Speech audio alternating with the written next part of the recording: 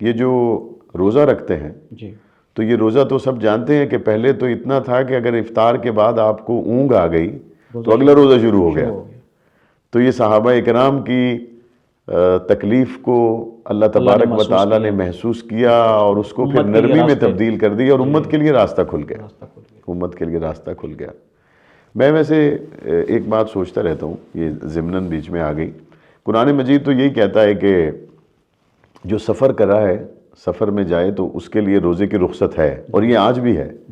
لیکن یہ جو غزوہ بدر ہے یہ مدینہ طیبہ سے لازمی بات ہے کہ 80 کلومیٹر 75 کلومیٹر سے تو زیادہ ہی دور ہے، تقریباً 100 کلومیٹر. تو صحابہ اگر اس وقت چاہتے تو وہ رمضان کا روزہ نہ رکھتے، لیکن صحابہ اکرام نے سفر میں بھی اس روزے کو رکھا. رخصت پہ عمل نہیں کیا بلکہ عزیمت پہ عمل کیا. اللہ اکبر. فتح مکہ میں بھی ایسے ہی ہوا ہے. جی فتح مکہ کے لیے جب نکلے ہیں مدینہ سے تو اس وقت بھی صحابہ کرام روزے تھے. سبحان اللہ. روزے کی حالت میں. سبحان اللہ. یعنی ہم رخصتیں تلاش کرتے رہتے ہیں اور صحابہ اتباع تلاش کرتے رہتے ہیں. ہم چاہتے ہیں کہ عافیت کہاں مل جائے. ایک صحابی رسول کا واقعہ میں نے پڑھا کہ جب حضور نبی کریم صلی اللہ علیہ وسلم گئے نا غزوہ تبوک کے لیے، تو انہوں نے کہا میری سواری اچھی ہے تو میں بعد میں چلا جاؤں گا. تو کھجوروں کا سیزن تھا، تو عین دوپہر کے وقت انہوں نے کھجور کے درخت کے نیچے اپنی بیوی سے کہا بیٹھنے کی جگہ تیار کرو. ان کی بیوی نے بیٹھنے کی جگہ تیار کی، پانی کا چھڑکاؤ کیا، کھجور کی چھال سے بنی ہوئی چٹائی بچھائی. تو وہ وہاں جا کے بیٹھے. ان کی بیوی نے ان کو ٹھنڈا شربت پیش کیا، کھجوریں پیش کیں. تو کہتے ہیں میں نے پہلا گھونٹ پیا تو میرے دل میں یہ بات آئی، شرم آنی چاہیے تجھے، تو کھجور کی ٹھنڈی چھاؤں میں بیٹھے اور اللہ کا رسول دھوپ میں سفر کر رہا ہے. اللہ اکبر. اللہ اکبر. کہتے بس بے قراری ہوئی، میں نے وہ گلاس اور وہ شربت سب کچھ ادھر ہی چھوڑا اور میں اپنی سواری پہ بیٹھا اور تیز دوڑاتا ہوا میں رسول اکرم کے ساتھ جا کے شامل ہو گیا. تو صحابہ وہ تھے جن کو حضور کے بغیر چین ہی نہیں آتا تھا. اور قرآن مجید میں بھی ان کی یہی صفت بیان ہوئی ہے نا، محمد الرسول اللہ والذین معہ. تو اس میں بڑی خوبصورت بات ایک تفسیر میں نے پڑھی. ایک ہے صحابی کا جسمانی طور پر ساتھ ہونا. وہ تو صحابہ بدر میں ساتھ تھے، احد میں ساتھ تھے، ہجرت میں صرف سیدنا ابو بکر صدیق ساتھ تھے. اب حضور نے دور بھی تو بھیجا، کبھی معاذ بن جبل یمن چلے گئے، کبھی کسی کو حضور نے قاصد بنا کے بھیجا تو وہ مدینے سے دور چلا گیا. اب والذین معہ کی تفسیر کیا ہوگی؟ تو وہ جو بات ابھی آپ نے فرمائی قاری طیب قاسمی رحمۃ اللہ علیہ کے حوالہ سے، تو انہوں نے کہا اس وقت والذین معہ کی تفسیر یہ ہوگی کہ صحابی اگر جسمانی طور پر ساتھ کبھی نہیں بھی ہوتے تھے تو صحابی ذہنی اور قلبی طور پر ہر وقت حضور کے ساتھ ہی ہوتے تھے. والذین معہ کے تحت کہ وہ حضور کی اطاعت اور تابعداری میں ہوتے تھے، انہی کی اطاعت، یعنی دور بھی رہے. اب آج کل ہم دیکھتے رہتے ہیں یہ تبلیغی جماعت والے امریکہ میں بھی چلے جائیں تو رائیوڈ والا ہی سبق یاد ہے. وہ یورپ میں چلے جائیں ان کو اپنے مرکز کا سبق یاد ہے. وہی ہدایات، وہی 6 نمبر، وہی ہدایات ہیں. بالکل آپ ٹھیک فرما رہے ہیں، وہی 6 نمبر ہیں، وہی انہوں نے اپنا پروگرام لے کے چل رہا ہے. میں حج پہ گیا تو ایک ہوٹل میں ہمیں ایک تبلیغی جماعت کے دوست نے کہا کہ آپ نے شام کا کھانا ہمارے ساتھ کھانا ہے. تو مکہ شریف میں ان کا ہوٹل تھا، تو میں عشاء کے بعد وہاں گیا تو میں نے کہا ابھی کو کھانا وانا لگائیں گے. انہوں نے پہلے تعلیم شروع کر دی. تو میں نے کہا یہ کیا ہو رہا ہے؟ انہوں نے کہا یہاں پر بھی ہمارا پورا نظم اسی طرح چل رہا ہے. تو جب یہاں 1400 سال کے بعد جن لوگوں میں دینی فکر بیدار ہو جائے وہ اپنے معمولات اور ان چیزوں کے ہدایات کے پابند رہتے ہیں. بالکل. تو صحابہ کس درجے پہ حضور کی تعلیمات کے پابند ہوں گے، کس درجہ میں ان میں حضور علیہ السلام، جن کا تزکیہ حضور علیہ السلام نے کیا. اور جب ہم یہ آیت پڑھتے ہیں محمد الرسول اللہ والذین معہ اشداء علی الکفار رحماء بینہم، تو علماء نے لکھا ہے کہ اشداء علی الکفار کی کامل صفت سیدنا عمر فاروق میں موجود ہے اور رحماء بینہم کی کامل صفت حضرت ابو بکر صدیق میں موجود ہے. اب جب ہم پڑھتے محمد الرسول اللہ والذین معہ اور جا کے مدینہ طیبہ میں روضہ رسول کا منظر دیکھیں تو محمد الرسول اللہ اسی روضے میں، اشداء علی الکفار کی شکل میں عمر فاروق بھی وہیں پر ہیں اور رحماء بینہم کی شکل میں ابو بکر صدیق بھی وہیں پر ہیں. لیکن مجھے یہ ترتیب کے اعتبار سے محسوس ہوا کہ حضرت ابو بکر صدیق رضی اللہ تعالیٰ عنہ درجے میں، عظمت میں، مرتبے میں پہلے نمبر پر ہے اور سوئے بھی حضور کے ساتھ وہ پہلے ہیں. جی. اور حضرت عمر فاروق رضی اللہ تعالیٰ عنہ وہ بعد میں آئے, درجے میں بھی بعد میں, مصلے پہ بھی بعد میں, اور قبر میں بھی بعد میں آئے. لیکن قرآن مجید ترتیب کے اعتبار سے کہہ رہا ہے کہ اشداء علی الکفار رحماء بینہم, تو یہاں عمر فاروق پہلے ہیں.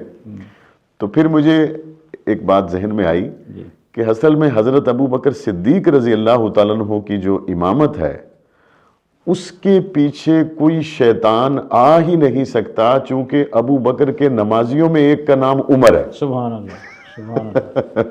تو رسول اکرم صلی اللہ علیہ وسلم کے روضہ انور پہ حضرت ابو بکر کی خدمت میں اور حضرت عمر کی اور رسول اکرم کی خدمت میں کوئی شیطان سلام پیش کرنے جا ہی نہیں سکتا, چونکہ حجرہ عائشہ میں قیامت کی صبح تک آرام فرما عمر ہے. مولانا علی شیر حیدری رحمۃ اللہ علیہ اس کی ایک بہت خوبصورت ایک مزید توجیہ بیان کیا کرتے تھے. فرماتے تھے دیکھیں اللہ نے اشداء والکفار پہلے کہا, رحماء بینہم بعد میں کہا. جب تمہارے اندر کفار کے خلاف نفرت آئے گی پھر تمہارے اندر آپس میں محبت آئے گی. بے شک. اور اگر تمہارے اندر یعنی پہلا نمبر تم نے اگر پورا نہیں کیا کہ کفار کے لیے تمہارے لیے نرمی ہے تو پھر تمہاری آپس میں شدت آ جائے گی. تو یہ مولانا علی شیر حیدری رحمۃ اللہ علیہ فرمایا کرتے تھے.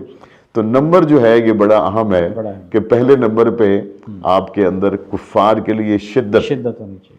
اور یہ تو پھر حضرت عمر کے بعد ختم تھی.